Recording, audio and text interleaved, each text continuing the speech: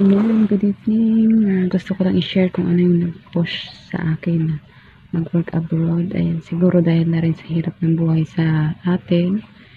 And siyempre gusto natin makatulong sa mga gastusin, lalo-lalo na may mga anak ako. Gusto ko makatulong sa mga gastusin sa pag-aaral nila.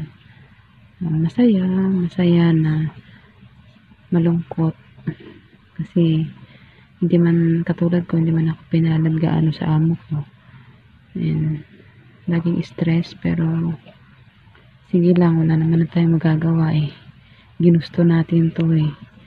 So ayan, masaya kasi kahit papano nabibigay mo yung gusto nila, yung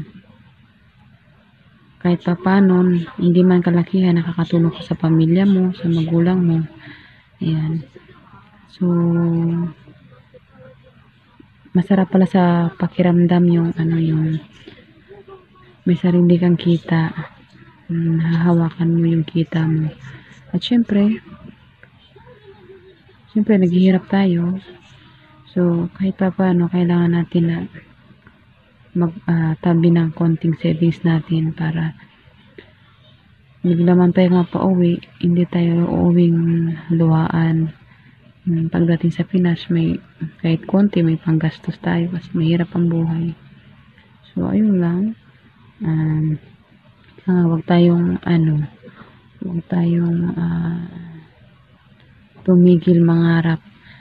Hindi man tayo pinalad o hindi man tayo pala rin sa unang pagsubok, pag-try natin mag-work abroad, baka sa pangalawang pagkakataon swertihin na tayo.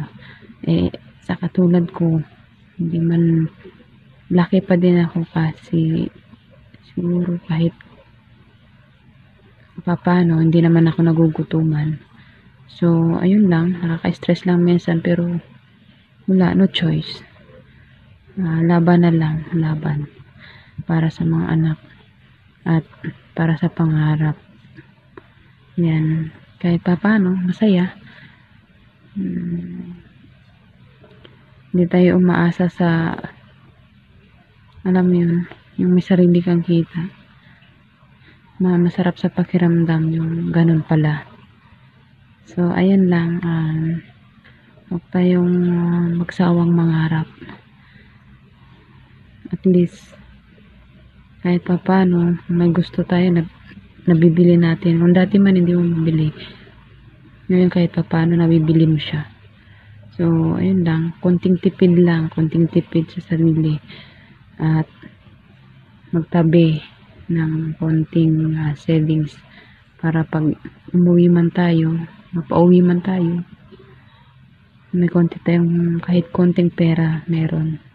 So ayun lang, yun lang siguro ang ko. Ayan, maraming salamat and God bless.